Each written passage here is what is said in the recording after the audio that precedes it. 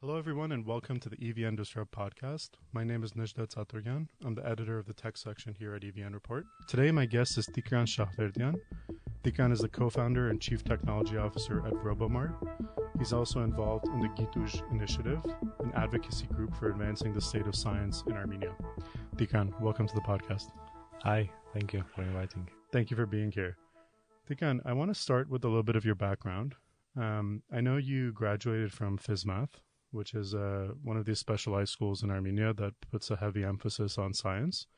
Can you tell us a little bit about your experience studying at FizMath in high school, and what is it about that environment that has produced so many founders and people in the tech community in Armenia? Yeah, so from the sixth grade, I started studying in FizMath. Back then, it was only from 6 to 10, and actually the whole system was 10 years, the school years. So, to be honest, at some point I didn't want to go there, so my parents kind of forced me a bit, but I'm happy that they did. I think one of the reasons that we see some kind of correlation of people who are graduating from this school and people who have success in tech and other fields also is because they put, I think, high filter at the entrance. They really test you a lot before accepting. I mean, there's and it's specialized obviously in more on STEM, physics and math.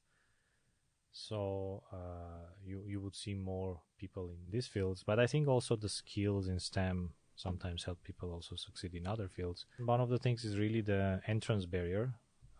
And is there an admissions exam? Yeah.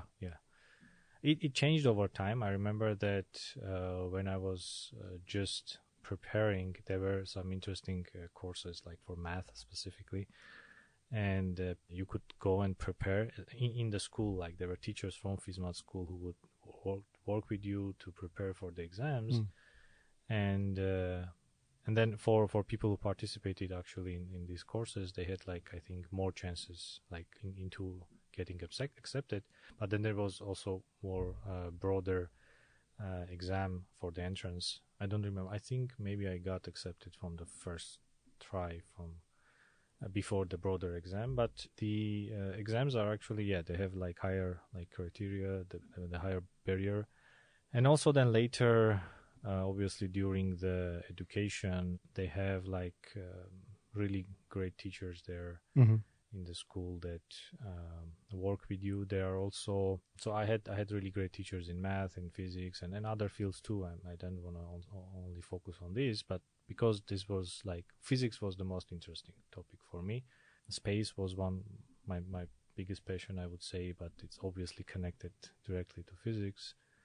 And obviously you also need to have some knowledge in math to be right to be here. So I'm not very deep in math, I would say. There are people who would go to math Olympiads and get like medals and stuff. I was more focused on physics and astronomy.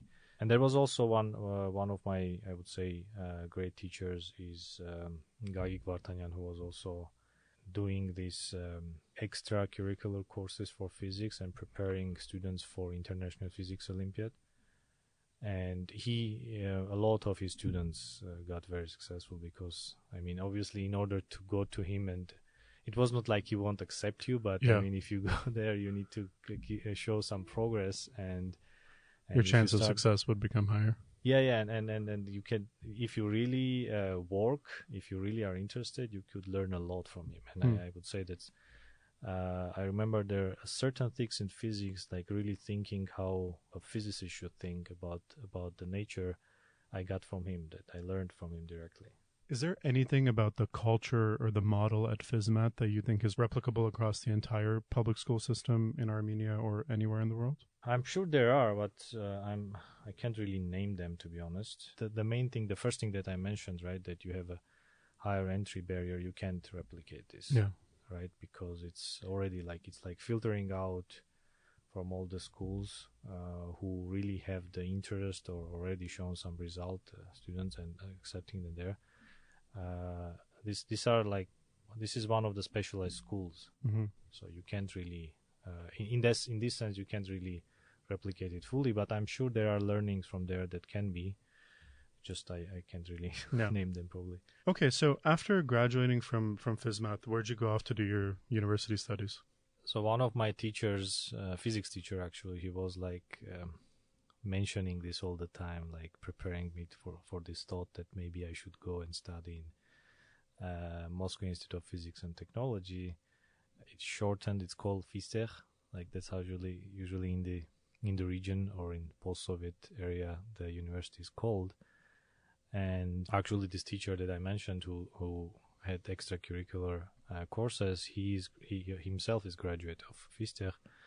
And then when I started like also going to his courses at 9th and 10th grades, he also started talking about it. And I kind of got like used to this idea, but I was, I don't know, I was delaying this decision in a sense. And there was this system, I think it's still in place, that from post-Soviet area, any students who are part of the national teams to go to international Olympiads for physics, and I think maybe a few other Olympiads too, they can automatically get accepted to the university without exams. Just by participating in the Olympiad? Yeah, just being in the national team. You don't even need to win. Wow. So, but obviously, so the Olympiad happens, I think, mid-summer, somewhere. I forgot the exact dates. Acceptance obviously happens a bit before, so right. You need to tell in advance. And I didn't get actually how it should work, I think, or maybe I didn't listen well. Probably they told me I didn't listen well. And we were flying, actually. I remember we are in a flight. We are flying to the Olympiad. It was in Bali that year, Indonesia. And we are talking to our teacher, who was also the leader of the team. He was one of the people who would take the children to the Olympiad. And he's like, look, I told you, and you should have told me that you want to go there, because I would have told them so they could accept you. But now the dates have passed already. I said, okay, what a bummer. Like, I probably is this.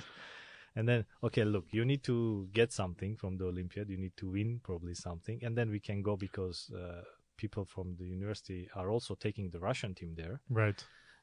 So we can talk to them. I said, okay. So there was some kind of motivation to get some medal.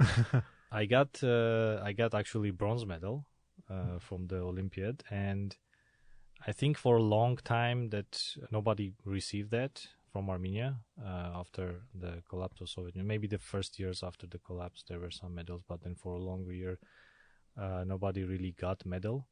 So I was, in a sense, the first one from Armenia to get. Later on, people did much better. We have several gold medals, even, right? Which is great. And this was a reason. She said, "Okay, let's go talk to them. If you are really interested in going, let's go talk to them." And we met with the deputy dean of the physics department of the university. He was there also with the Russian team, and he's like, I remember it was very short. Like, we came to him. He's like, "You dreamed into going to MIPT?" I said, "Yeah."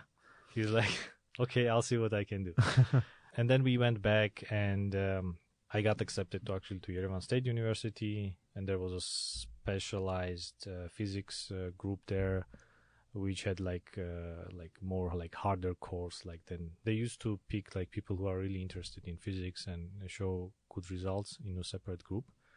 Back then there was many applicants. Like these days they don't have it, because the interest for physics really declined after. They got rid of the program altogether? No, there is a physics department, but the specialized group is not there, because there are not so many students, and so in order to have a special separate like group for that. What was the size of the group back then? I remember, I think maybe 10, 12, I think there.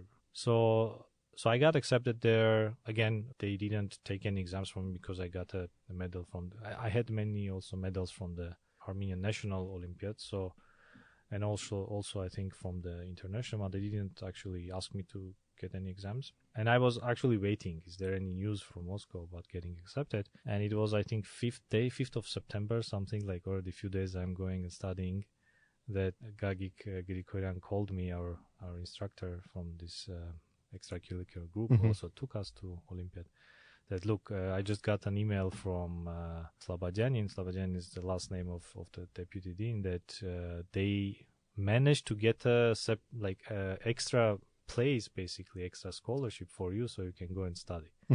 I was really like, okay, this changes everything. Now I need to go in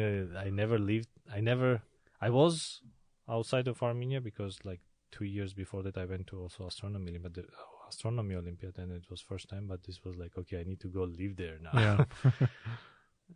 And that's how basically I think in few days we got sorted out everything, and I flew there. So I was few days late from the 1st of September, but started like learning and So you did your undergrad in physics Yeah. there, and then you went to grad school in physics as well.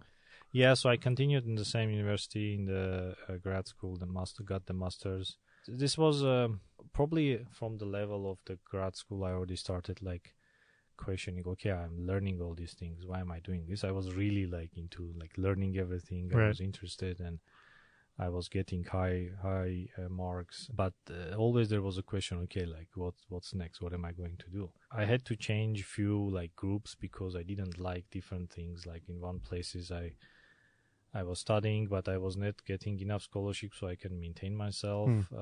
And I said, okay, I can't like continue asking for support from my parents. I need to do something. So, but it threw me in another direction. I started working in a company. I actually worked in a company called EBI.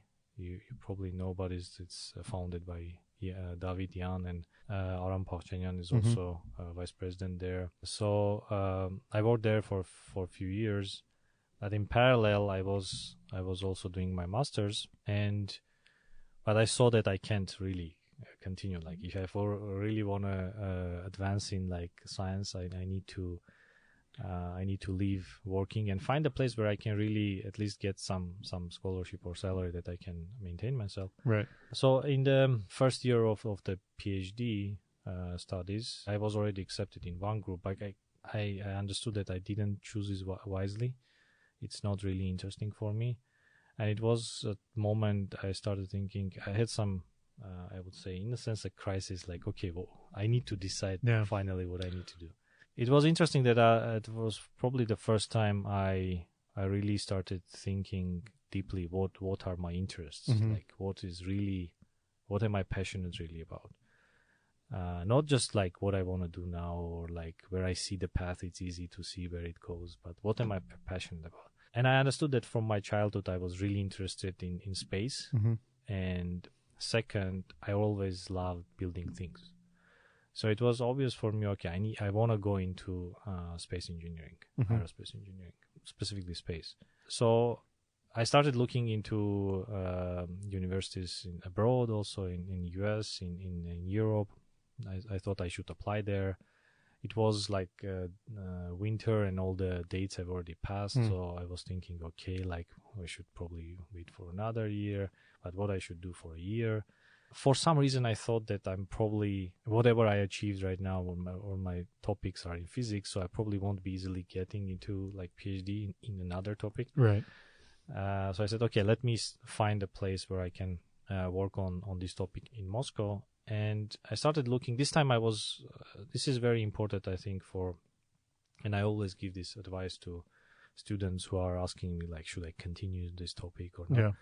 The most important thing when it comes to PhD level and also probably in the master's level, topic is obviously very important, but I would say more important than who's your advisor and how well you get along with him. So because I had few experiences before where I went into some scientific group, just because of the topic, the name of the group, and then I started working with people and understood, okay, this is not the place I want to be. That experience like forced me to completely rethink and come from the perspective, who am I going to work to? Who's going to be my advisor? And I started really interviewing myself in a sense, like people who are in the topic. Obviously, they were interviewing me too, but for me it was important, like, who am I going to work to? I even talked to some of the students of the advisor to see like how what feedback the work culture is. And I'm always like, this is one of the things I always advise to students who want to learn, go to PhD or even masters, when there is advisor. That's one of the key things. And I found an advisor in a Space Research Institute of the Russian Academy of Sciences. So one of the things was important. I didn't want to get into the special companies that were doing the engineering part, and they required some kind of clearance and stuff. Like Because it's military like, clearance. yeah. Because it's like space is always considered dual use, Right. and it is in a sense. In many cases, I didn't want to go there. I didn't want to get any clearance, obviously. And I went into scientific institute, which is just doing research. And obviously, we worked there on a space plasma physics, and we designed instruments for measuring space plasma and getting the data. But we didn't work specifically on the spacecraft. We just like worked with the company who was building the spacecraft, how to put our instrument on their platform and then launch. So I worked on several projects there, and it was really interesting. I learned a lot. Yeah. My thesis was the topic. I tried one topic quickly, but it didn't work out. It was about the comet's tail, and my advisor had instrument that he put on one of the space missions previously, and he wanted us to see if we can get some new insights from the data that he collected, but we quickly understood that there is not enough data to get something, and we switched to Venus magnetosphere, which is like very interesting topic where there was a lot of data from before, and we started seeing some interesting questions there that are not answered yet, and I started working on it. So after 2 years, we had some progress, but in parallel, I was also working on some instruments for other missions. I was part of a lunar lander program. It was really exciting, but every time we saw how the deadlines were shifting for the Russian space program, at some point I already saw that this might, and until now they haven't launched. So that was 2012. I left. So 10 years ago. Institute, 10 years ago, and they still haven't launched. So you made a good decision. Yeah. Did you get a lot of engineering experience there? Yeah. So because our instruments had to work in a space environment, and I was a project manager for two instruments. Two instruments. They were a bit different, and it was very interesting. One was space plasma, basically when you detect the charged particles. The other one was, and it's actually very interesting, I had to also dive deep into understanding this topic too, for space dust. So small interplanetary or interstellar particles that are in our solar system, and there are basically two groups. One is interplanetary, which is rotating around the sun, and the other group is interstellar, so something that came out of our solar system. And you can differentiate them by their speeds, actually, because due to of the like Kepler laws, you can understand if the speed is like above the second cosmic speed, for the solar system, then it means it came from outside of the solar system. So we are designing an instrument that can actually, first of all, measure the speed, and by that differentiate between two groups, and then also measure where it came from, but also measure what's the composition, what elements are in the small part of dust, and then you can do we can see that whatever is coming from outside has this composition, and whatever is inside our planetary system has another composition. And also there was a hypothesis that whatever we see there is actually remains from the time that our solar system formed, so we can get a really good insights of what was happening during the formation of the solar system. It was really exciting, and I was designing that instrument. That's incredible. Yeah. So I had to work with instruments that need to work in the space environment. In space, yeah. So these days you're more known for your work with robots on Earth. You're the founder of Robomart, but before Robomart, you built a company called RoboCV. Can you tell us a little bit about the founding of that company and what it did? Yeah, so when I left in 2012 the institute, actually at first, so there's like in between a few things happened. In 2012 I got, actually a bit before, I got accepted to International Space University. It's a very interesting institution, and a lot of people from all over the world come and study there. Where is it? It's headquartered in France, Strasbourg. They have their master's program for a year, but they started initially from this short course or program 2 months program, very like compact and very intensive. It's called Space Studies Program, SSP, and in 2012 it was 25th of kind of anniversary of this program.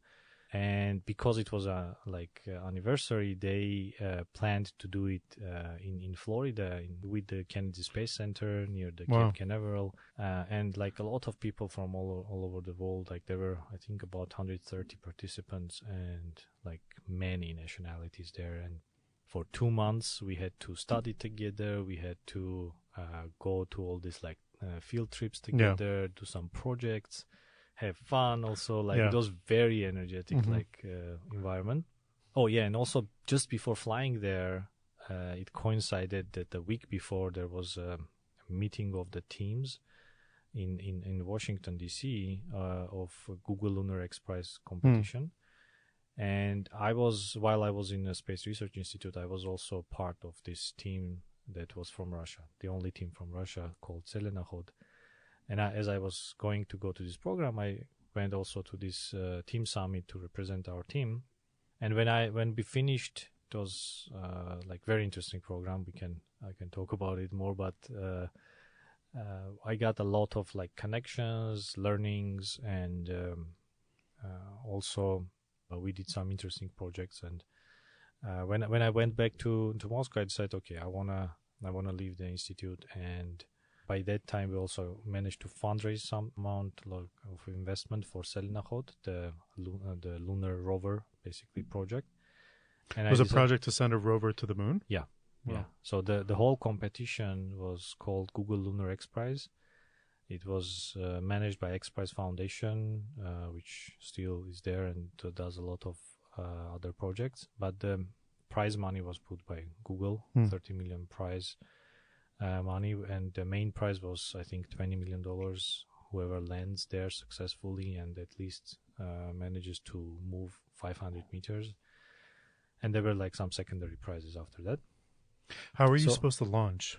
Like, were you supposed to build your own launch vehicle, or? That was open, like do whatever you want. If you want to like pay for a launch or do yourself, I mean, obviously it's easier to just probably pay for it. Right. Or like ride share with someone. Let's say there's a government program and you just collaborate with them and you build the rover. It goes there. It also does some scientific mission for the for the government. So we were actually trying to get into these lunar programs of Russia to get there with the rover, because they had landers. We said, okay, let's also have a rover there. Right. So we managed to fundraise some private investment, and when I got back to Moscow, I said, okay, I'm leaving the institute and I'll go join full time this team. And we started working, but about like a year after, I understood that like doing private like space really in Russia is really hard, especially like lunar projects. I mean, it was just starting, at least more traditional space business like satellites or remote sensing, these kind of things. A few of our team started working on before this started working on a robotics project, and the company actually was called RoboCV. And at that time, there was still question, okay, what should the company focus on? And after a year, I decided to leave Zelenokhod, and I started talking to the guys who were in RoboCV, and there was like moment of like pivoting basically the company. In a sense, like relaunching or focusing on specific things, and together we decided, okay, let's focus on warehouse robotics. So and at that time we got a contract from Samsung actually to automate some of their processes in their warehouses in Russia, in Kaluga region. And that's how basically we kickstarted this project. I remember for 3 months we were living in Kaluga region. We rented a house there, like 15 minutes away from their warehouse, their manufacturing plant, and we would go there. And basically after their shift ended about 5 p.m., we would start working, actually developing our product like there in the warehouse, in the actual environment.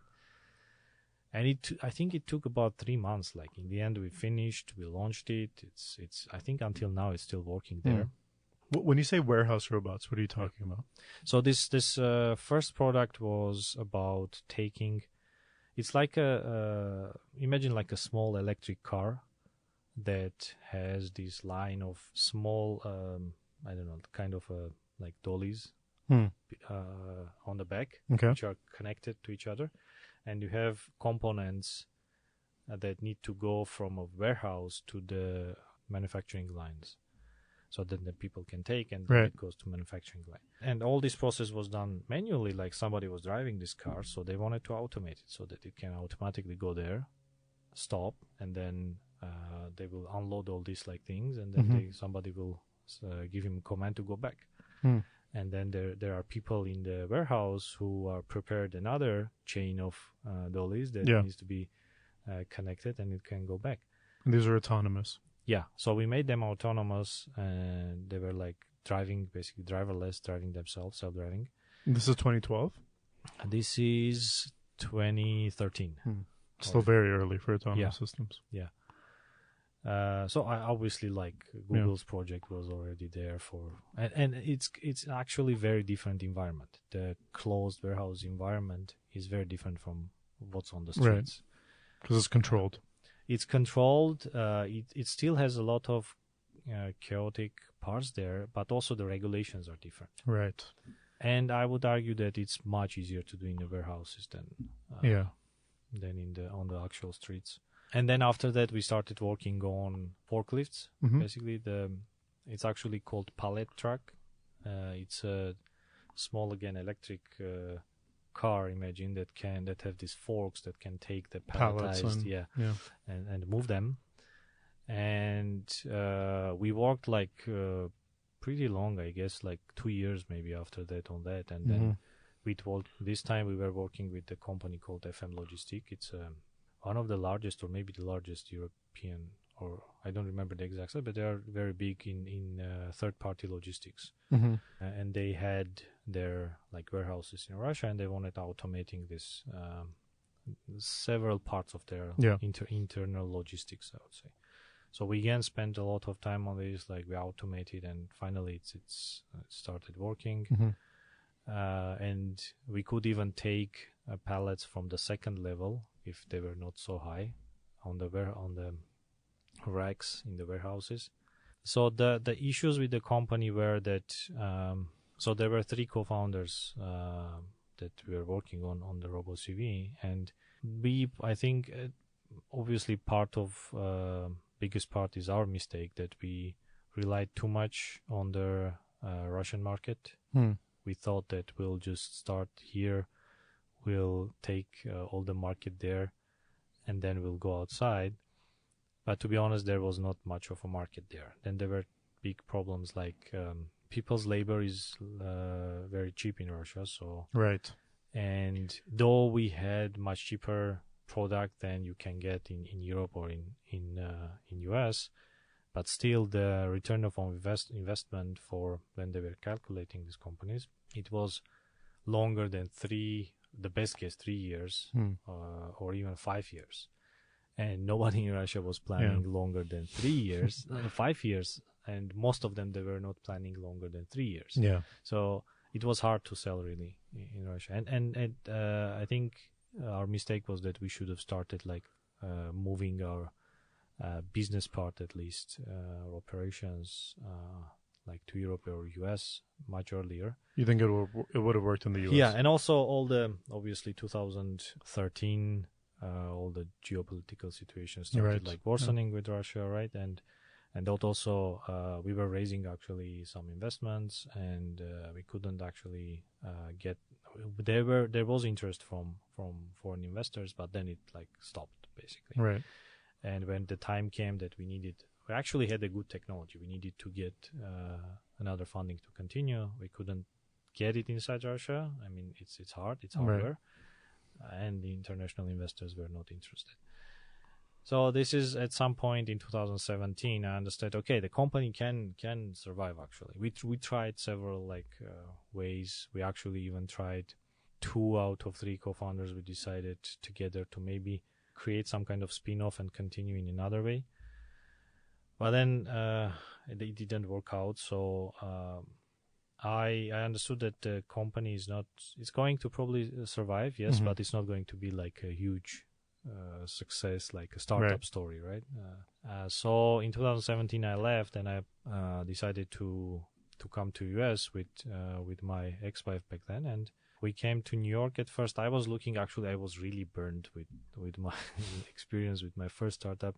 I was very tired. Yeah. And this is one of the things also that I learned, and now with my current companies, I really try to allocate some time to really do something else. It's not about like just resting. Rest is also, I need to at least rest 1 day a week, but also do some other things that can really, that are meaningful, that are important. Hobbies, and I think it's called like active resting, right? Yeah. Like for instance, if you're reading, or if, I don't know, if jiu-jitsu is your thing or something to take your mind off what your primary work is.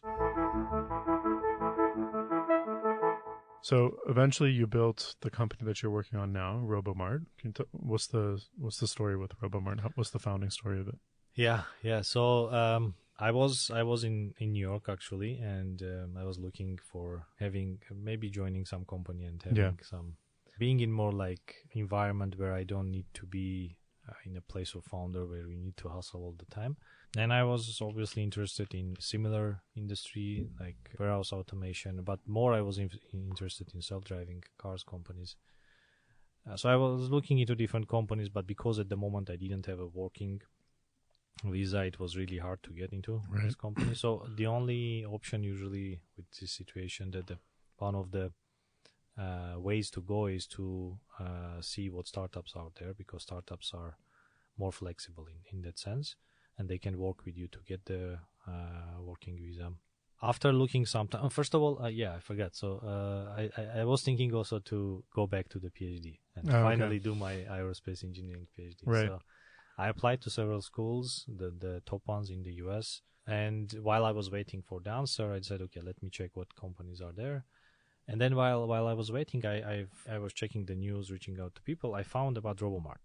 So it was a concept back then. So my current co-founders, they took a small model, like really a mock-up, into CES in 2018. And they were pitching this idea basically to the public and also to investors, that like stores that can come to you. Yeah. And I found it in the news. I said, oh, this is really interesting, because first of all, I mean, the vision until now and back then was that it's going to be self-driving. Right. And first of all, like technically, okay, I thought that this is something that fits my experience. But second, I also, it was interesting for me because I saw that you can, something I would say personal, like, because I grew up in Armenia and I always had access to this like fresh, really high quality produce. Right. And then later on I noticed that I lost that access basically when I went to big city and I couldn't. Well, one of the things I always tell, like, people think I'm focusing too much on it. I really love this tasty big tomatoes in Armenia. It's so funny you say that, because I grew up in Toronto, Canada, and I hated tomatoes in Canada, but in Armenia I like tomatoes. Yeah, the taste is like, it's like a completely different fruit. Yeah, it's like vegetable. this like big, even not many big ones, like maybe even middle size, but that you could like eat like an apple, like I know, take in your hand and just like you don't cut it, you just eat it like an apple, like fully, like everything. Yeah. And I used to do it all the time when I was a kid, and then I noticed that I can't get really good tomatoes. I mean, okay, they are good. It's not like completely nothing, but they are not really so tasty. Yeah. So I thought, okay, this might be a good way to get the local farmers' goods to people, make them more accessible. It's like a farmer's market on wheels. Yeah. So one of the ways how can this work is that when you have local farmers, you can shorten the logistic chain basically, because one of the reasons we have this produce which can stay fresh for a longer time but tastes much worse than the really good ones is because you have bigger logistic chains and you want the produce to not spoil until it gets to the consumers. Right. It's But more if you shorten it, you can get like much fresh stuff to the consumers. So that was like two parts of the things that got really me interested. But the company was obviously my co-founders, current co-founders, and they were in Bay Area. So I was in New York. And then it coincided because I also was talking to one of my friends from Moscow. He was moving to US to become a CTO in a company which is also in the self-driving space. And I talked to him. He said, "Look, I need really people who are like who can work on different things and can understand on a system level, who can have a broader knowledge base and can dive into different areas. So come, I would like you to join us." I said, okay, I have probably maybe two options. Let me go to Bay Area and see where I see myself fitting better. I flew to Bay Area. I spent a week at my friend's place. My friend who actually I met in ISU, in the International Space University, who is actually from Canada also. Oh, cool. Yeah, really good friend. And it was great. I messaged him, "Hey man, I'm coming there." He said, "Come on, you can stay with us." I didn't even ask him. He's like, "You can come and stay." I said, "Thanks, man. Really, it's really helpful." So I stayed with them a week. I talked to people, and then finally, I decided to join the Robomart, and there were like two reasons. Basically, I saw that there, my experience is really applicable, and my co-founders they are not technical, so I saw that, and I always like to think from a systems level, and this is something that comes from my experience in space. Right. And there is a discipline called systems engineering, and this is one of the things I'm really interested on looking into on the systems from this like interconnected subsystems perspective that you need to really design and then make it.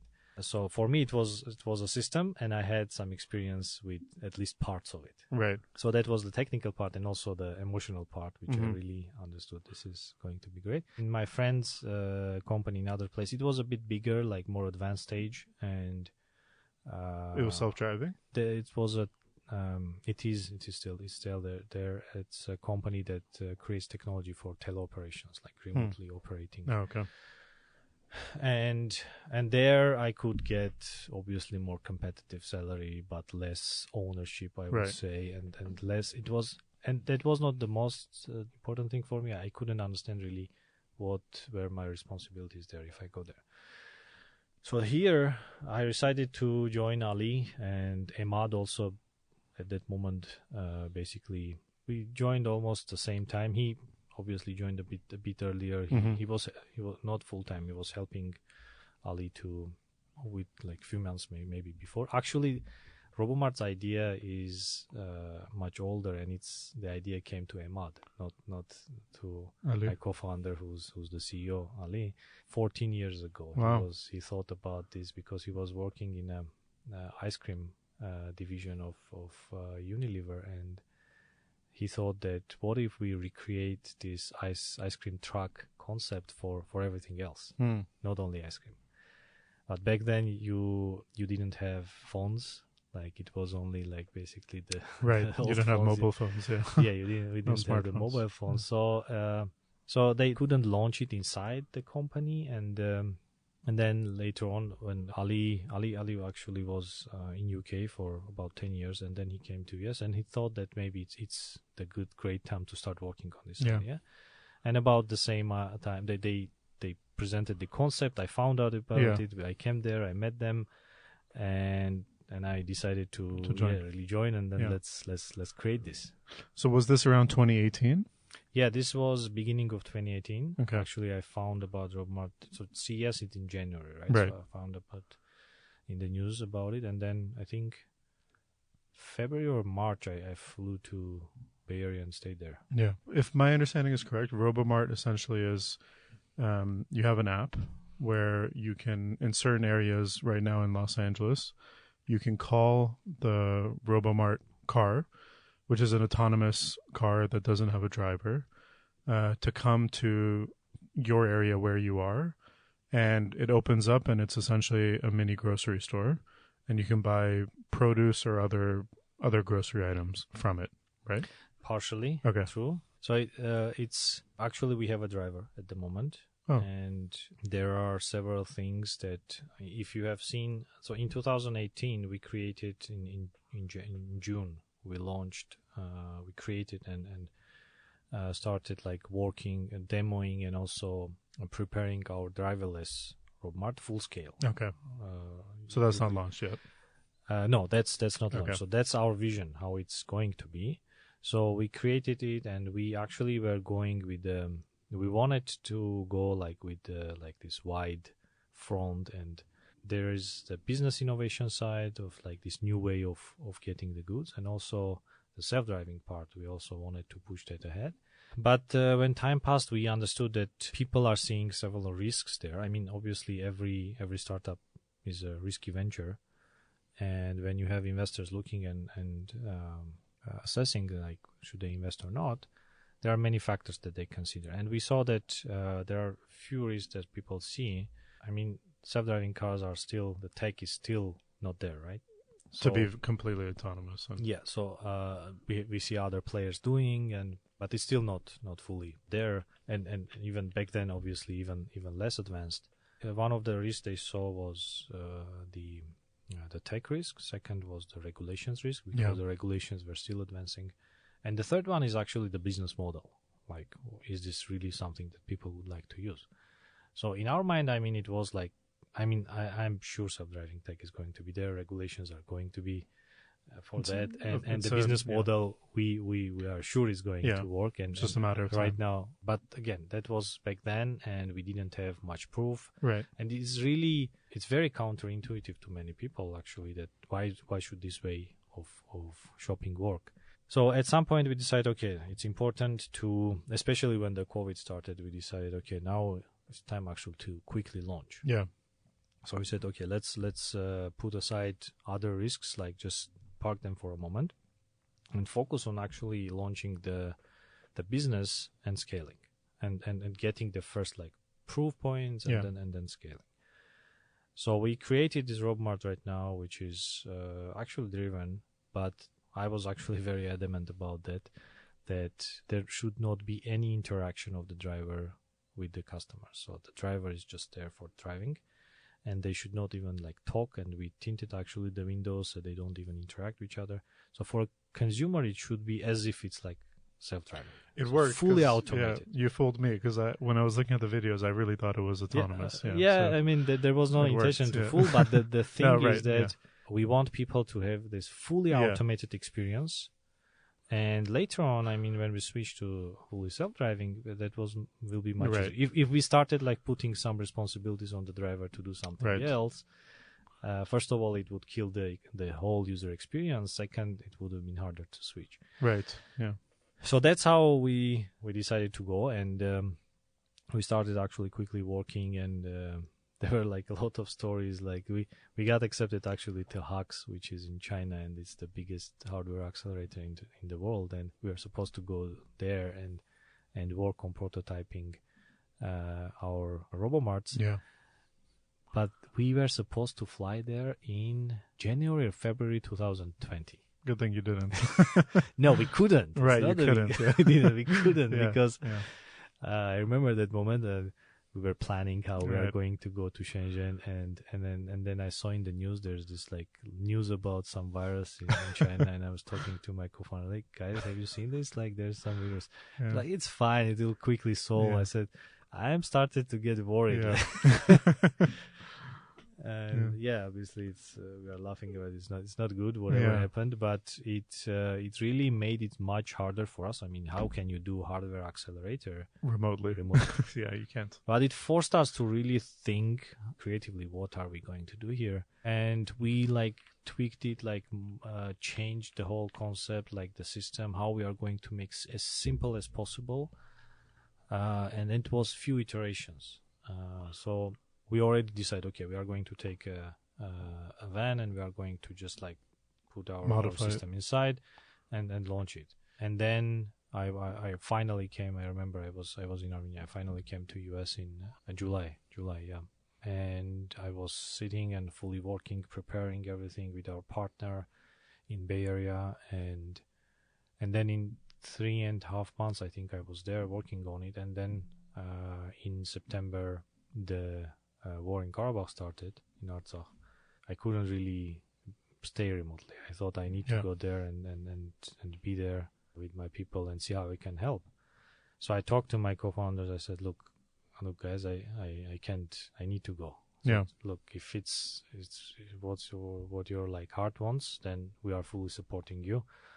We'll figure out how to really do this, even if you are remote. And then after that, I started thinking, okay, if I'm flying now, what I need to do really so that the work doesn't stop. Yeah, in California. And this is one of the situations when I thought we simplified as much as we could. But then this situation like forced to think even more creatively, like how can we simplify it even more? Yeah. And like in 30 minutes, I remember I was talking to Ali, like, okay, what we can do.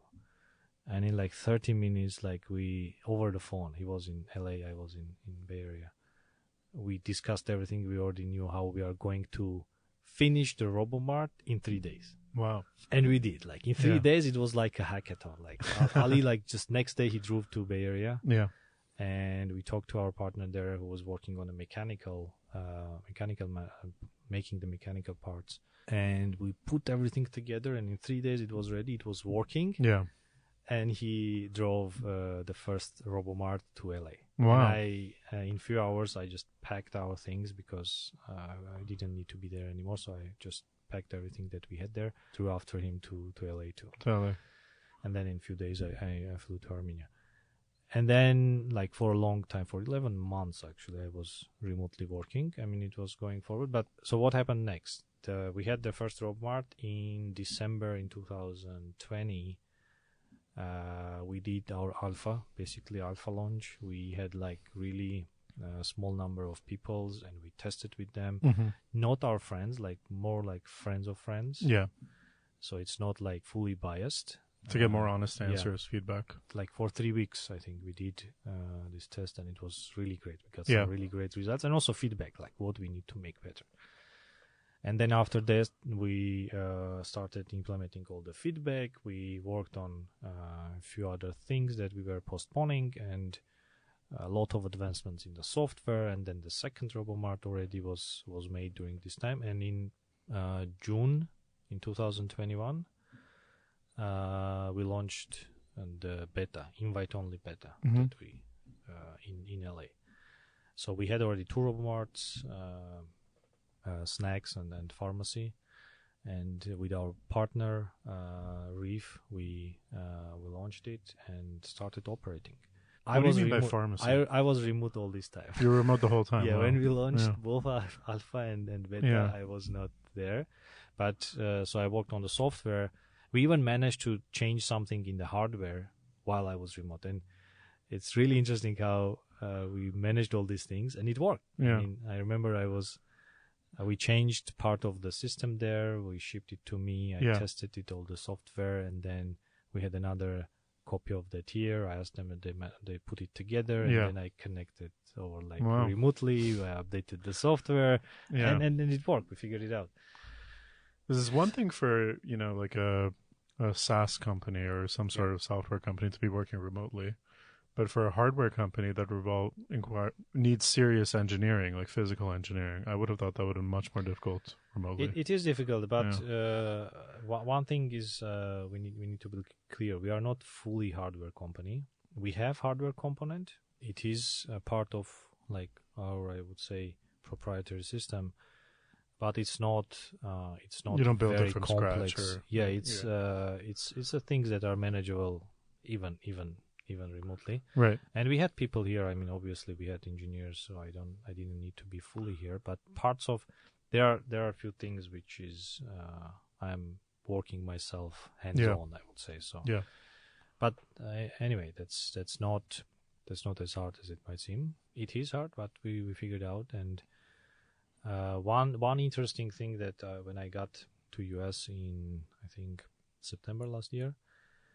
And first time I tried myself the working system, like that's out there in the wild.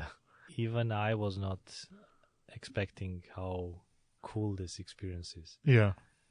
Until I tried myself, though I built the whole thing, but until I tried Right. myself, You saw your own baby. like I was really okay. This was really smooth. I just like tapped the button, something came in. I just like went outside. I took it. I went back, and it's like done. Like in 10 minutes, didn't pass. You don't swipe a card to pay or anything. Yeah, It's I all, mean, this is really like different. Yeah. It's really much more convenient and easy.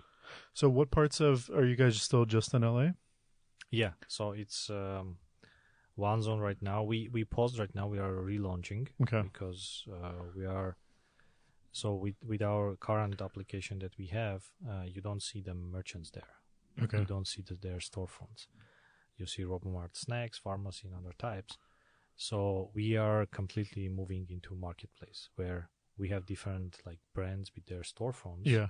I don't know, let's say some brands pharmacy, some other brands ice cream, some other brands groceries, and the consumer can choose which store. Even if it's like there are two different brands with their groceries, they can choose what they want, and they can search even. So that's how we are going to relaunch, and it's so we are a marketplace. We don't own the inventory. Okay. So you partner with companies that are selling groceries and pharmacy products. Actually, like there are several categories that we see will start, but eventually we think that we've got like really strong intention to launch Robomart with electronics. Right. Yeah. But it's really where we. It's great. We would like to have this, but at the moment our focus is more on like snacks, pharmacy that we had, or cafes, like some kind of food that's already prepared. Like sandwiches. Yeah, or something that you can just heat up and eat. Right. This kind of foods we actually have already contract company that booked Robomarts for this. Ice cream is very big interest for ice cream, actually. You're reinventing the ice cream truck. Yeah, on demand, right, and much faster. Yeah. Same music or? Yeah, we might do something like that. I think there's also a few other types of Robomarts, but again, this is now we are working with the merchants. Like, what do you want to put there? And it's up to them actually to put the prices, to work on the selection. Yeah. And it's their storefront. So we are just a marketplace. And how many vehicles do you have deployed now? We have right now 2 vehicles and working on adding more. Like several dozens that we already signed the contract. On the autonomous part, is that something you guys are actively working on?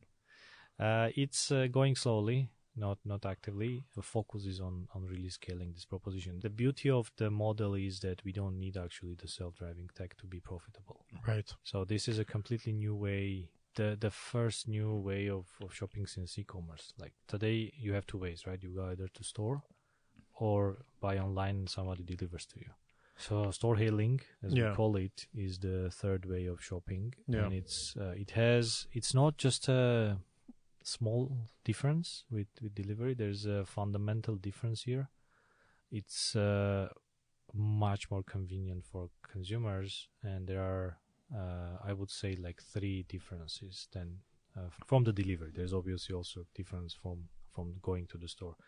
First, there is no basket creation. This is one of the biggest friction points for consumers. So usually when e-commerce talks about delivery times, they talk only about delivery. They don't count in the basket creation time for the consumer, which is in a sense painful, and it takes a lot of time. By basket creation, you mean going online, picking all the stuff you want. Creating your virtual basket and then paying for it. The creation of the basket, paying might be easy. Second, it's much faster. Like this is one of the things we wanted to prove in our beta, and we got on average 9 minutes, 15 seconds, I think, more exactly, from the moment the user opened the application till the moment they got the products on their hands. So the full experience for the consumer is on average like 9 minutes. Wow. So if I'm in one of your service areas, I pull out the app, I put in my order, and in 9 minutes the van pulls up. No, it comes a bit faster, and then I take another minute or something. Okay, cool. And then you are done. The products are in your hand, This whole cycle is on average 9 minutes. Wow. So that's actually was our assumption initially. That's what we put in our models. We put even a bit bigger number. Yeah. So it's good that we have less number. Yeah. So that even if we scale some things, we are still going to be in a good shape.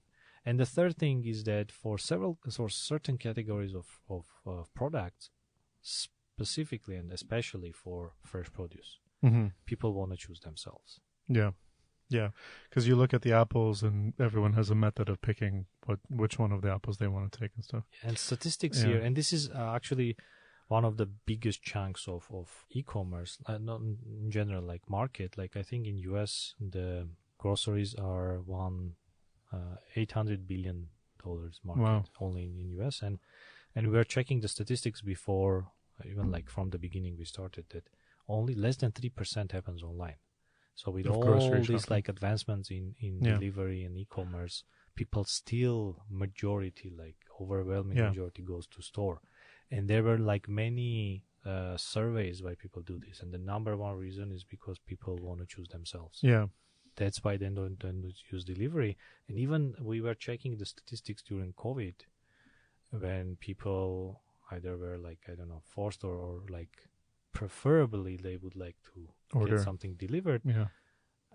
We were seeing at the height, the peak of the COVID, that maybe about 20 or like 30% would order online, but still majority of people would go to store. Even in this situation, it means how important this is for the consumer.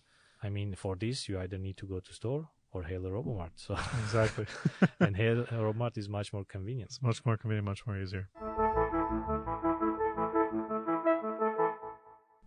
I want to talk to you, since you are in the space, I know you guys aren't doing it right now. I want to talk to you a little bit about the state of autonomous systems today. So I was visiting my friends in Irvine last week, and they live on the UC Irvine campus. And they have these little small robots that do food delivery from restaurants on campus. And I hadn't seen these before. So I moved to Armenia about 2.5 years ago, and obviously we don't have them there. One of the interesting things was, as they cross the street, they stop in the middle where the divider is, and they wait until it is so safe to cross that they can easily cross. They can easily take 5-6 minutes to cross the street. And at times they'll get stuck there for 10, 15, 20 minutes until there's no cars coming, and then eventually they can come out. So this seems like a fundamental... I don't know if it's an infrastructure issue or if the software just needs to be so cautious because of the regulations or whatnot. But for a long time, we kept hearing about autonomous is here, or, it's 2 years away. It's been 2 years away for a long time now.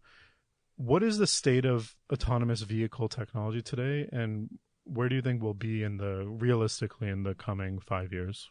I think it's the technology in general, if you don't... focus on different players, it's advancing very fast. Yeah. But if you check, first of all, we need to separate these sideway robots from the actual self-driving cars on the roads. So are completely different systems. Right. I mean, they have common things, the same way they have common things with the warehouse robots, but the actual challenges are really, really different. Right. I mean, the vehicles on the roads, they are like dangerous. Right. These robots worst case, your lunch gets ruined. Yeah, but they can also hurt people, obviously, but it's not as serious as a big, like a ton car coming to you at a high speed, right? Even if it's low speed. So if we talk about sideway robots, even there, it's still still not there. I think it's maybe kind of a known secret in the industry that a lot of these robots actually are teleoperated. Oh, really? Yeah. And they still wait 10 minutes to cross the street. Yeah, I mean, they probably have some of them, some are part of autonomy, but they tend to switch a lot to the teleoperated drivers. And they're very slow, and I'm not going to focus on like how really quick they can deliver things. That's another part. But if we come to self-driving cars, we have seen that like maybe 5 years ago, there was like this hype about it. Everybody was investing. And then we saw some consolidations or some companies going bust, and people moving to other companies.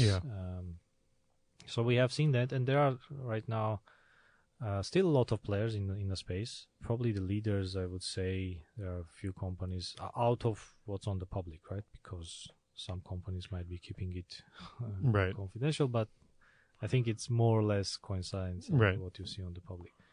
So obviously, I don't want to compare them, but at least I would say 3 companies that I know that are really leading in our part of the world. I mean, obviously there is also a lot of happening in China, let's say. It's Tesla, it's Waymo, it's Cruise. Right. There is a big difference between Tesla's approach and Cruise plus Waymo approach. Right. Obviously they also have differences, but conceptually Tesla is a different approach. Yeah. And we see that Waymo and Cruise, they are testing it a lot in Bay Area, right? They are actually launched in certain areas, even there, like taxi service. When I was in Bay Area, I could see a lot, like usually in South Bay, you would see a lot of Waymo cars. In San Francisco, you would see a lot of Cruise cars. And it's interesting. When you see the Cruise car, is it it's driverless, but there's someone in the passenger seat, right? Like the Cruise employee? At that time, when I was more often there, like I haven't been there probably consistently for the last 2 years, I don't remember seeing without drivers. Okay. Again, this is not the person who's actually driving. Right, it's someone safety just driver, monitoring. Safety driver, I've seen them then getting the wheel, grabbing the wheel. But usually, even when they are not actually driving, they tend to keep their hands closed because they need to be attentive, right? If something happens, they grab it quickly. But I think they have come a long way, and they are really showing some great progress in the fields where they are operating. I'll talk a bit about Tesla too, and then come about general challenges, as I think. Oh, and I mean, obviously, we've also seen the incident and tragic incident with Uber, right? And actually, I don't know if you have seen. There's a show going on about Uber's history. I really recommended watching. So coming to Tesla, so Tesla's approach is I would say radically different. Again, the end goal is self-driving cars, but it's different from how they approach the technology, but also the business side of it. Mm-hmm. So obviously Tesla is like, I mean, full cameras only. Starting with the level 2 technology on the level 2 self-driving, not self-driving fully, level 2 autonomy, level 2 autonomy on the highways, like as a driver assisting technology, and then working towards advancing it. Waymo and Cruise take another approach, like directly we need to get to level 4.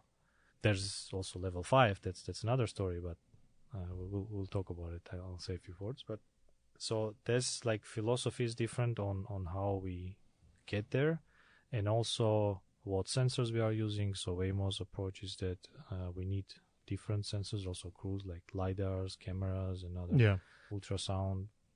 The radars. Tesla is even removing radars, right? Camera only, computer vision. That's risky, but still also I think Musk's approach is that it also we need to look at the economic side, and lidars, they are still not there in a price. It's too expensive. It's too expensive, but he's also confident they can get there with only cameras. Again, I'm not seeing internally their progress. I think it's possible. I don't know if it's really possible that quickly as Musk wants, but it's exciting to see how it goes. So there's another thing that Tesla is different. Like for Cruise and Waymo, all the development of self-driving tech and operations of their cars on the road are predominantly cost for them. They spend money on it. In case of Tesla, they have sold more than 1 million, probably already. I don't know, maybe already it's 2 million. It was 1 million 2 years ago, I think. Cars, which have this hardware already inside, and they can be updated over the air. And they are using all this fleet to get the data to train new models. That the way they are doing is very smart. I like if you check their like autonomy days, how they are sharing. Like imagine one thing that I can say, like imagine they have a current autopilot basically working on a computer in the Tesla, they can have multiple new versions that they want to test. They test it internally. They can deploy all these versions into the fleet and run this new autopilot in a parallel to the main one, and check the outcomes to see if they give the same output signals or not, the same decisions, and then compare. And if there's a difference, they send it back to headquarters to analyze, to see why there was a difference with the current system and which one is correct. Right. If you have this scale, I mean, you can test this and advance this much more faster. So for them, all this fleet of millions cars, it's like is data not a cost collection for them. They already sold it, right? Yeah, and got the money for it. Whereas Waymo and Cruise are still spending money on just collecting the data. Yeah. So there's even and I mean, no, the Cruise and Waymo, they can't have this scale on the physical world. They obviously all of they them don't have enough cars. They all of them do a lot of testing in simulations, and that's great. But in the end, you need to actually test a lot in the real world. And I don't know, maybe they have a few thousand cars. It's still, you can't compare with millions, right? Yeah. So it's different ways, and we'll see which one gets there first. I'm myself personally very bullish about Tesla. Yeah. Do you want to make a prediction on when you could just wake up, get in your car, no touching the wheel, get to work? I don't think it's... Let's say in California. Okay, but yeah, that's more specific because you need to say where it is. I think at least about California, we can talk about this, maybe not on every road, but on a major part. Maybe in 5 years we can do this. In 5 years it will become normal in Teslas. Maybe, I don't know. I would say at least in the cities where there's good roads and infrastructure. Yeah. We will probably be able to see this. Okay. But it's important to keep in mind that this is actually the difference between level 4 and level 5 autonomy when we talk about it.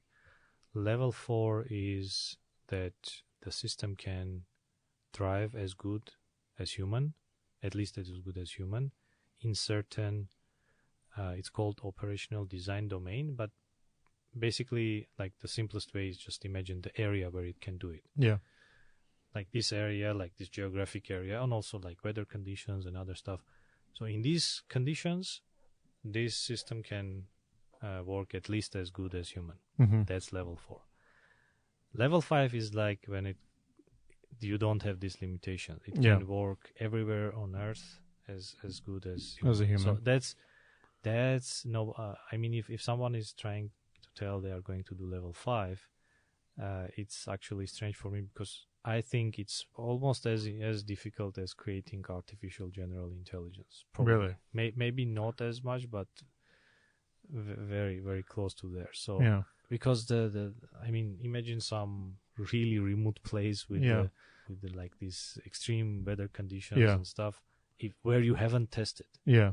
And you want something to drive there as good as human. And the car doesn't have data from that type of experience. This is much more. It means that it needs to be generalizing from the existing data as good as human. We've seen it only in one being in this universe that we know it's human. So right. I think it's akin to artificial general intelligence. General intelligence. I wouldn't speak about level 5. That's very ways off. But level 4, I think we will see it. Okay. Pretty soon. Well, let's go back to Robomart for just a second. I know you're building out a team. You guys raised a seed round, or was it a pre-seed round last year? We had pre-seed round, yeah. Okay, we are your pre-seed in the process of seed, yeah. After that, I remember you wrote that you're looking to build out a team in Armenia now of engineers. How did that go, and were you able to successfully find people? We have few engineers in Armenia, and we have few open positions right now. Right now, for me, most importantly, is the software engineering manager I want to hire. Yeah. So right now, basically, I'm managing all the software and hardware parts, and there's too much like architectural level things I need to be working on. So I think our software part is advanced enough for someone to and it has enough, I would say, things that needs to be done there that we can have someone who can Start really managing. lead the whole software team and also grow it, because Yeah. we need to grow it. We even now have open positions, but I'm focusing fully on getting this person then later can hire himself or herself the engineers that we need to get there. And it's like almost all the software we have is like cloud, like web applications, mobile applications, except the software, embedded software in Robomart. So everything else Can be done. we are hiring someone who can manage this. Yeah. And because our software team is mostly in Armenia or in a closer time zones, I want to get someone there that can lead the whole team. Yeah. For the software. Was it easy to convince your co-founders who are not Armenian that it's a good idea to build a team in Armenia? Yeah, I think it's because we have already a few people, and they've seen that it's really. So before great. you started building a team, there was a few people already on board? No. I mean, like when we started hiring the few additional people, we hired a few people, and then I mean, it was obvious that they are doing a great job, and we can get some great talent in Armenia also.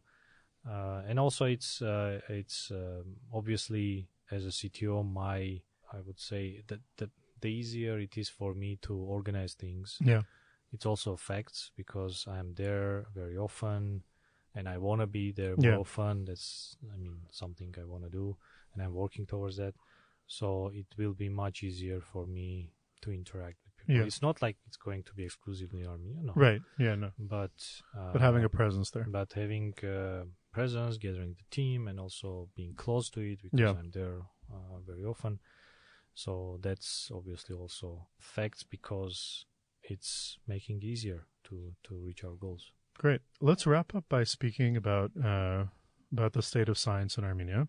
So you're one of the most vocal advocates for advancing research activity and funding for science in Armenia. You're a part of Gituzh, which is an advocacy group that works towards that goal. What successes have you guys had since launching Gituzh about a year ago now, right? And what do you have planned for the coming years? I would say the number one success is that we were able to consolidate such a great and big group of people and organizations around this issue, which is and this the number of people and organizations, if you check, it's unprecedented to be consolidated around something.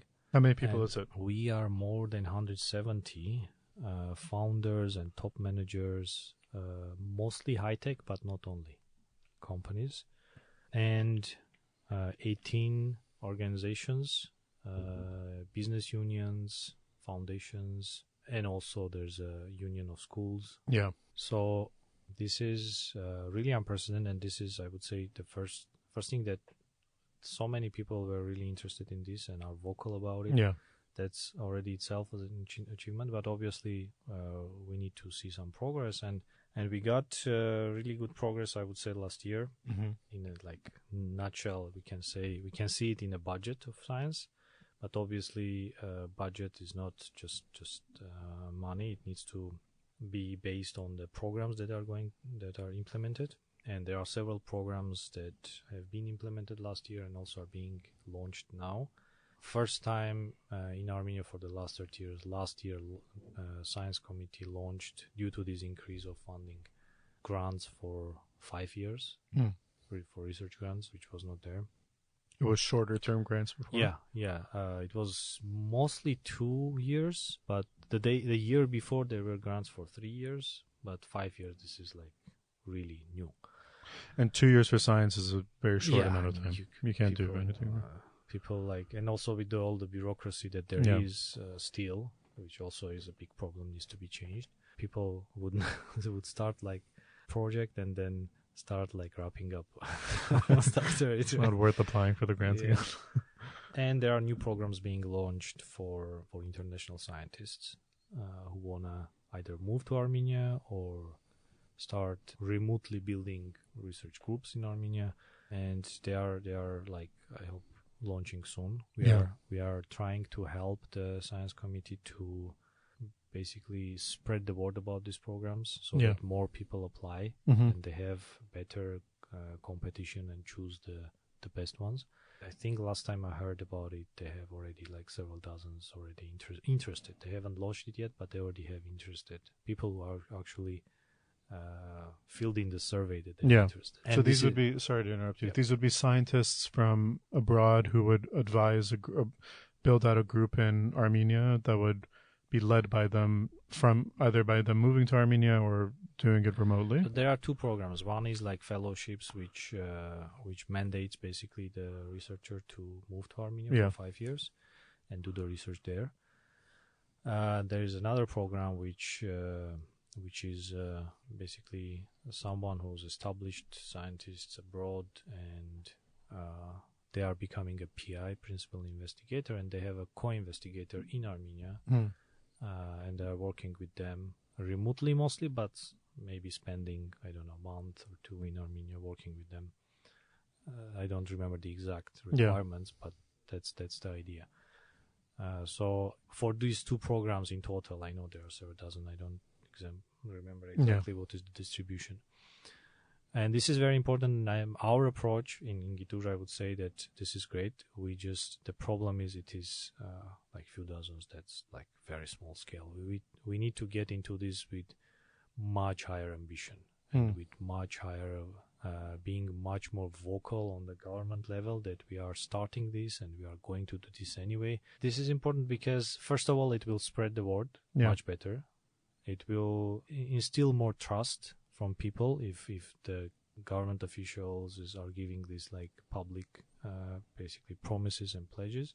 But also people who are very really professionals and in a good environments, right? They have their working place, they have their access to younger talent that join their research groups. When they move somewhere, they look what's the environment there.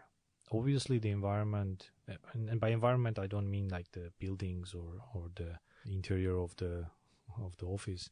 That's also important, but more importantly, I think, is obviously also like the compensation needs to be somehow competitive, at least taking into account obviously local prices also. But much more important, I think, is for them to understand who are their colleagues. What is the environment where they can brainstorm, collaborate. And also, what is the access to like younger talent, like younger generation who are is there a lot of people who wants to become scientists? Like the more vocal we are, so I think we are going to first solve this issue that more young generation, people from young generation will decide to become scientists. So these people who think about moving to Armenia will understand that, okay, so I'm going to have access to a lot of young talent. Because they also see that there is changing something, right? There's going to be coming, obviously not only just vocal, they need to be programs also to make it more interesting for youth to go. But they themselves will understand, okay, if they are so vocal about it, and there are a lot of people are going to go there. If I don't have at least that environment now where I can talk a lot with and collaborate and brainstorm with other scientists, at least maybe in 1, 2, 3 years, if I go now, it will be there. So I won't be mistaken by going there. So the more vocal, the more ambitious we are in these programs, we are going to have much more interest from international scientists and from the local like youth to choose scientific career. So this is actually like part of the equation, obviously, because this is just about the numbers, which is important, but it's also about in what fields are these scientists, what they produce. All this funding increase that happened last year was basically the budget of the science committee, whose mandate is mostly in basic research, not exclusively, but if you check the KPIs they are putting there or the programs they are funding, it's mostly basic research, which means that it's just curiosity-driven research, and mostly the output is publications in highly rated journals or conference or something. I mean, we pushed in a sense for this. We advocated for this because we saw that if we don't do anything right now, we are going to lose the last remnants of whatever we have. And it is required like immediate action. That's why we were so focused last year on this thing and on this with this approach, just increasing the funding for the specific programs that are there. Now, the important part is that this is going to be just a waste of resources if we don't actually ask ourselves, okay, what are the needs for the country? Mm-hmm. What are our goals? What are the goals for Armenia? What goals we put there? And how we can, from that goals, come back and think, okay, which type of R&D we need to do. And specifically, like, and I mean, if you look at other countries, they have obviously some funding for some funding agencies for basic research, which is just funding the curiosity-driven research, right? But there's always other agencies. In one way to do it is if you have other ministries, like let's say in case of US, like departments, right, which are responsible for solving tasks for the country in a specific area. I don't know, that's DOD or agriculture or healthcare, yeah. And they all have their separate internal budgets through some organs inside, some parts of their like team inside, or through some other agencies that are connected with them. They fund different programs to solve problems that these departments or several departments together or ministries together see. And this part is really lacking in Armenia. I mean, we don't have, besides high-tech industry ministry, which is, I would say, is failing at their job, but they have the several areas where they have a budget for R&D, but they can't even spend this properly, which is, in our opinion, is their responsibility. They should do it. They basically failed at it last year and probably last few years because there is no leader for the committee that is responsible for the defense R&D. Mm-hmm. And last year, out of $9 million they spent only $4 on defense R&D. Yeah, and they just transferred the rest to some other lines in the budget and spend on something else, which might be even closer to what is defense R&D. But the problem is that was specifically allocated for defense R&D, and they didn't invest this properly. Right. So and we think that the number one problem there is no president for the committee which is responsible for this, and there was almost for the entire last 2 years there was no one there, just maybe a few months. The role just wasn't filled. Yeah, it's for the last 2 years it's mostly vacant. not filled. Like for 3 months there was someone, even he was not performing well at it. It's surprising though, because if the money has already been allocated, why not find the projects to fund with it? I don't know. You would hear a lot of people are saying that we have the money, we just don't have the projects. I don't think that's the case, to be honest. Especially here, we know there's a huge need, and maybe the regulations are the problem, so that these people who want to apply for these programs, they don't apply because I don't know what are the requirements from the government side. Then there needs to be someone who is trying to understand what are the problems for the players who can apply for these programs, and why aren't they applying? How we can listen to them and change some things if necessary, because not everything is right. Probably there are the requirements. And again, this is an example for the defense, and there are other things. Right. Like they have a Ministry of Economy. Like maybe some of the, let's say agriculture is their responsibility. Where is a special R&D budget for agriculture? Yeah. Which is specifically for solving our needs. Like we saw our government talking a lot about increasing the productivity of the labor, right, in the country. And part of it comes from the agriculture, obviously, right? Because it's a big part of the economy. Where are the specific grants for increasing this productivity in the agriculture? Yeah. Why don't they have a specific budget for that, like R&D department in the Ministry of Economy? Yeah. Or we can go to other places, like I don't know, Foreign Affairs Ministry. Why don't they have special budget for research in different fields? Let's say international relations study, or that's part of it, or political science. Let's say different topics regarding Artsakh. Yeah, like there are unfriendly countries nearby. Let's say just very mildly, and who are claiming that this is not Armenian heritage. Right.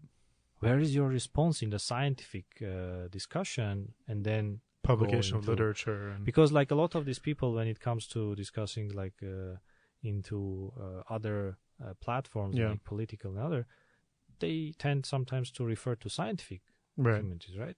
Where is our response to this? Like really internationally competitive publications about this topic that is making sure that people know that this is really, and then the truth is on our side in most of the cases, right? Or so why is it so hard to?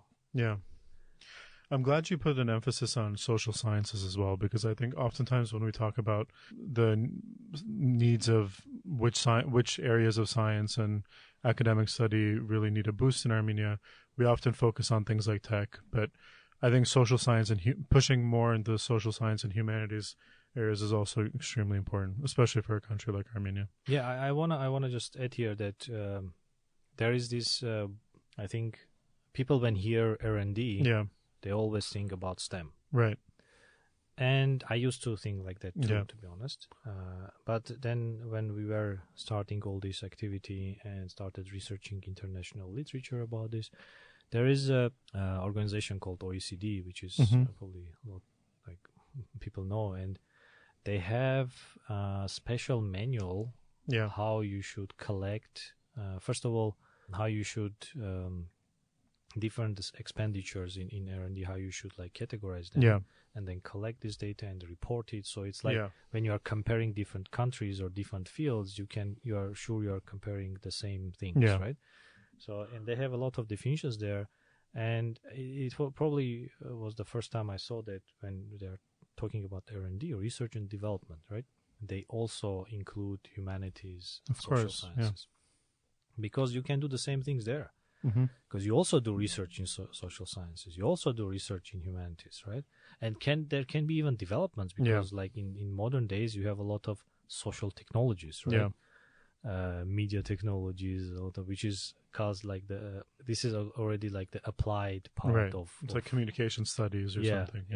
So you can have just curiosity driven research there too, but you can also have how you do the research, seeing some potential application. Already you create some technologies that you can apply to solve some problems.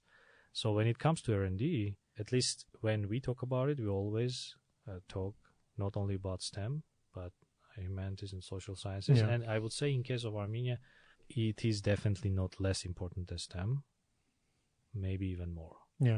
Though we can see here in the defense R&D, it's not as well as I described, but there we have a huge gap. And these are people from academia, people in our universities are also people who set narratives, political narratives for the country. So I think not focusing on that would be a huge mistake. And honestly, I think, without getting too political, I think it's a part of the reason why sometimes our political discourse is of such low quality in the country. So and I want to add here that, I mean, we have still like I think about half of our research community is in humanities and social sciences, but the quality is very low. We still see and feel some kind of opposition from people in this part of the community for change, but we need this change. And of course. The discussion sometimes come to some like simple things like who is interested in our history or like things that are about us. So we should not tend to publish in English. I mean, look, we need to talk about us to other people, right? Because we are not existing in a vacuum. If we were like just one country sitting on Mars and it's only us, I mean, okay, maybe we can talk in Armenian and just write everything in Armenian. That's another thing. But we are not in vacuum. We need to put this discourse about our history, our heritage, about our culture, about our geography, about our internal relations, social issues and stuff. We need to start like really doing internationally competitive research here. I'm not saying you can't have really good create new knowledge in Armenian. The question is how we measure it. Like how I am as a person who is, or not me, let's forget about me, someone who needs to, let's say, decide which project they need to fund. If let's say that person is not expert in that field, how can they judge if this thing is competitive? They can't. If you don't have if let's say we have only 1 or 2 or 3 people in Armenia who are Yeah. telling they are experts in this field, Yeah. and they know each other, let's say, or they like each other or don't like. I mean, you need to have some kind of statistical big number that you can make sure that this system of peer review, which is not science only thing, it's peer reviews everywhere. But the science community managed to put this in practice. In practice very well to really get a good quality and define what is good. I mean, this system is every system has flaws. Yeah. And we know a lot of bad things about that. It's not working in many places, but there's nothing better. Yeah. Yeah. So, but the question comes, okay, how do we define right now? What are our goals? What strategy we have to achieve them? What actual budget are we allocating to this? And we think that at least for defense R&D, for Armenian studies, for AI, for agriculture, for biotech, for space, we need to have some strategy either separately or in groups, in one or wherever, that will really outline like the timeline, how we are, what we are going to achieve, like specific budgets and targets, and we should start like really implementing that. We don't have it. Yeah. Some people refer us to check the government program for until 2026, but I don't know, maybe 20% or less of the points outlined there have some numbers next to them. So it's very hard to actually see what are the targets. Right. Tigran, our very last question, I want you to tell us how you envision in the 5 to 10 year time frame Robomart and the state of science in Armenia. What's your wish for the next 5 to 10 years? We were discussing this internally with co-founders about Robomart. Yeah. So our vision is to get to 1 million Robomarts operating. Wow. In 5 to 10 years? In 10 years. In 2030, let's say. Okay. That was our... So it's very bold, very ambitious, but that's what we put in front of us. In terms of science in Armenia, in 5 years, I think we need to really put some targets and start working towards it. I think we need to put target of how many researchers we need in the country, and our thinking in Gituzh is that at least we need to have 50% more than now. What do we have now? How many do we have about 4,000, but to be honest, I don't...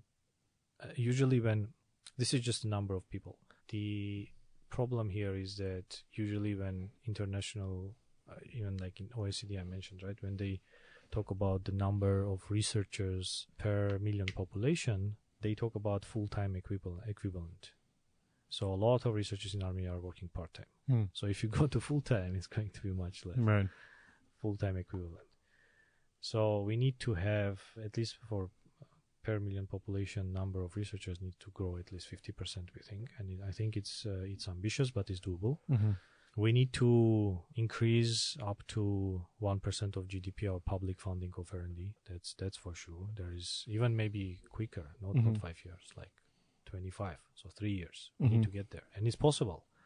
I mean, we've done the even calculations with the several ministries, with the high-tech industry ministry, with the science committee, and if you start if you put together even like some strategies, even in a very high level, you can get to this number easily. There needs to be obviously coming from these strategies that are serving the needs of the country. You can devise already which fields of science are going to be priority for us. So there needs to be some number. Let's say 80% of the basic research funding needs to be going in these directions, because that's going to be feeding our needs in that areas. Obviously, we need to have some portion of funding more general, because you never know what can come up, and that's the basically essence of basic research. Why people invest in it. But there needs to be some priority fields. And also we need to have longer goal. We know that there is some goals list for 2050. There are some numbers outlines there. Many of these numbers, if we actually say that, okay, these are the goals, are based on the how you are going to advance your R&D infrastructure capabilities. You can't reach these numbers if you don't advance your R&D in the relevant fields. But there needs to be also some numbers there specifically about R&D, that we need to get, let's say, top 15 countries, innovative countries in the world. Let's put ambitious goals and get there. Yeah. Like we were one of the leaders in the world in researchers per million population number. We need to get back there. When were we there? During the end of like Soviet Union times. If you think about Armenia as a separate country, Just the Soviet Republic of Armenia. We had like much bigger number, maybe about 10,000 researchers per million population. Now it's 1,300. Wow. Or maybe 1,000. So we lost it dramatically. And now the leaders of the world have that number, about 10,000. Right. Like Israel is the first, and they have 10. I think South Korea has somewhere about 7 or 8,000. Okay, Tigran, thank you so much for joining us today. Thank you for inviting. I know Gituzh is working on a lot right now, so I hope in the future you'll come back again and give us those updates. Thank you so much, Tigran. Thanks.